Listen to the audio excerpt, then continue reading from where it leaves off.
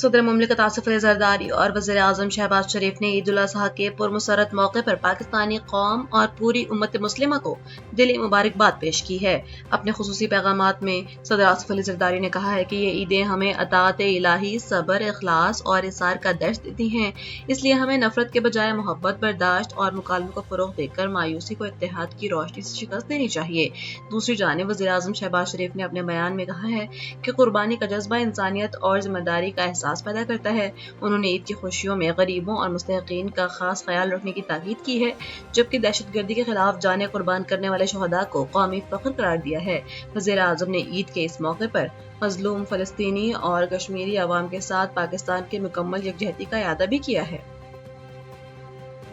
امریکی central command نے ان خبروں کی واضح تردید کرتے ہوئے کہا ہے کہ انہوں نے آپریشن پروجیکٹ فریڈم دوبارہ شروع نہیں کیا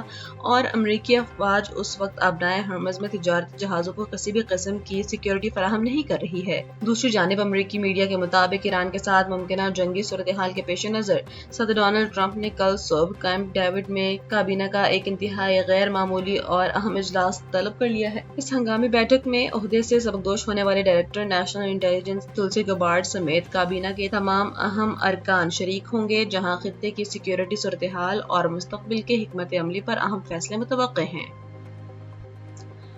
ایرانی صدر مسعود پزشکیان اور قطر کے امیر شیخ تمیم بن حمد الثانی کے درمیان ایک اہم ٹیلی فونک رابطہ ہوا ہے، جس میں خطے کی سیکیورٹی صورتحال اور سفارتی کوششوں پر تبادلہ خیال کیا گیا ہے۔ اس موقع پر ایرانی صدر نے واضح کیا ہے کہ ایران جنگ کے خاتمے کے لیے ایک باوقار فریم ورک تک پہنچنے کے لیے مکمل تیار ہے، اور انہوں نے مذاکرات کے راستے پر ہمیشہ اپنے اخلاص اور عزم کو ثابت کیا ہے۔ مسعود پزشکیان نے زور دیتے ہوئے کہا ہے کہ اب وقت آ گیا ہے کہ دوسرا فریق بھی امن کے لیے اپنی سنجیدگی اور آمادگی کا عملی مظاہرہ کرے۔ دوسری جانب امیر قطر شیخ تمیم بن حمد الثانی نے ایرانی صدر کو یقین دلایا کہ قطر خطے میں پائیدار امن کے قیام کے لیے اپنی مخلصانہ ثالثی کوششیں اور تعمیری کردار مستقبل میں بھی جاری رکھے گا۔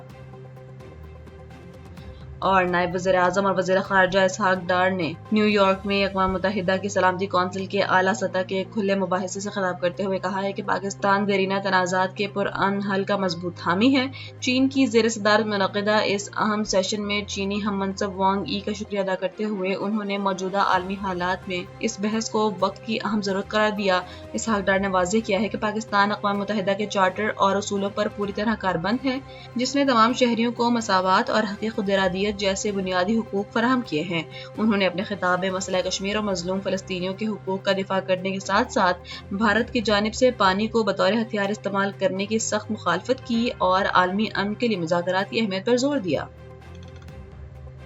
بدنام زمانہ اسرائیلی فوجی قید خانے شدید ایمان میں فلسطینی قیدیوں پر غیر انسانی مظالم اور زیادتی کی ویڈیوز لیک ہونے کے بعد Israeli chief military prosecutor major general Yifat Tomer کو ان کے عہدے سے برطرف کر دیا گیا ہے۔ اسرائیلی میڈیا کے مطابق ان پر قیدیوں کے ساتھ ہونے والی بدسلوکی کی ویڈیوز لیک کرنے کا الزام ہے، جس کے بعد ان کا عہدہ اور تمام ریٹائرمنٹ مراد بھی واپس لے لی گئی ہیں۔ دوسری جانب حیران کن طور پر فلسطینی قیدیوں پر وحشیانہ تشدد اور جنسی زیادتی میں ملوث اصل مجرم اسرائیلی فوجیوں کو رہا کر دیا گیا ہے۔ اس ہائی پروفائل کیس نے اسرائیلی فوجی نظام اور اس کی قیادت پر سنگین سوالات اٹھا دیے ہیں، جبکہ ویڈیو لیک کے معاملے پر کئی مزید فوجی اہلکار بھی اب تحقیقات کی زد میں ہیں۔